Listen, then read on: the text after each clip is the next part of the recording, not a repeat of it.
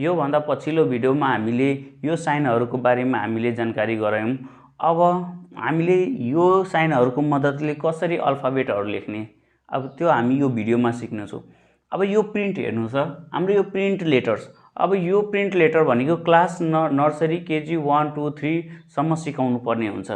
अब हेर्नुस् यो क्लास 3 सम्म मात्रै हुन्छ। क्लास 3 सम्म हामीले 4 लाइनमै सिकाउँछौं किनकि 2 लाइनमा लेखाउँदाखेरि कुन लेटरले कुन लाइन छुन्छ त्यो अलिकति लेख्न गाह्रो हुन्छ।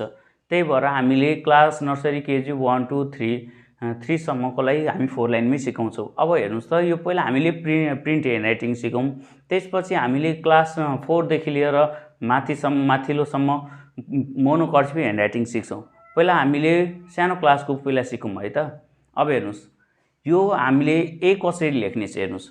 यो हामी पहिला 4 लाइनको बारेमा जानकारी गरौँ।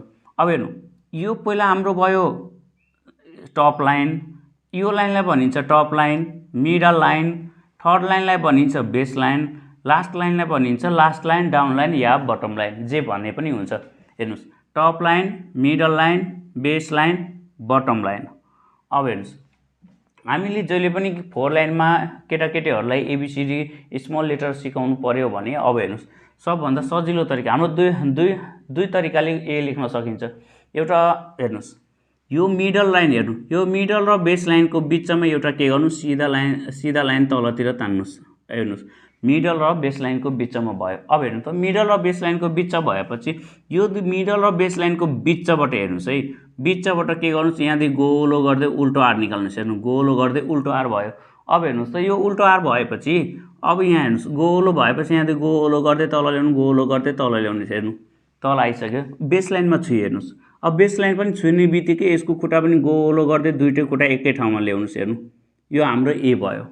अब हेर्नुस् त यो ए हामीले लेखिसकेपछि यो ए मा केटाकेटीहरुलाई के भन्नुपर्ने हुन्छ भने यो हेर्नुस् त यसमा सिधा लाइन कति straight line 90 degree straight line कतिवटा छ हेर्नुस् त। एउटा हाम्रो यो सिधा लाइन भयो। अब हेर्नुस् त यो बीचको भाग हेर्नुस् है, यो माथिको हेर्नु अनि यो तलको हेर्नु। एउटा हेर्नु माथि एउटा ट्रायंगल छ, एउटा तल ट्रायंगल छ। हाम्रो ए मा दुईटा ट्रायंगल हुन्छ, एउटा स्ट्रेट लाइन हुन्छ। अब हेर्नुस् यो त हाम्रो भयो ए। अब अर्को तरिकाले पनि गर्न सकिन्छ। अब हेर्नुस् अर्को तरिकाले कसरी गर्न सकिन्छ भने यो त हाम्रो उल्टो तरिका भयो। विद्यार्थीहरुलाई अलि सजिलो हुन्छ लेख्नलाई। तर अब सुल्टो तरिकाले के हुन्छ भने सुल्टो तरिकाले पनि सजिलै हुन्छ तर विद्यार्थीहरुले छिटो बुझ्ने भनेको उल्टो तरिकाले ए लेख्ने। अब हेर्नुस् अब सुल्टो तरिकाले गर्नुभयो भने यो मिडल र बेस लाइन। अब हेर्नुस् यो मिडल र बेस लाइनको बीचबाट के गर्नुस् यही बीचदेखि गोलो गर्दै माथि जानुस्। हेर्नु माथि छु हेर्नु त माथिको लाइन टच हुने बित्तिकै यहीदेखि गोलो गर्दै तल ल्याउनु, गोलो गर्दै तल ल्याउनु। बेस लाइनमा छु हेर्नु। बेस लाइनमा छुइसकेपछि अब के गर्नुस् यसको खुट्टा पनि गोलो गर्दै माथि तल छुने बित्तिकै गोलो गर्दै माथि जानुस्। अब हेर्नुस् ओ हाम्रो भयो। अब ओ ओभल शेपको ओ भइसकेपछि यहाँदेखि फेरि माथि जानुस्, यहाँदेखि एउटा सिधा लाइन तलतिर तान्नुस्। हाम्रो यो हेर्नु त ए भयो।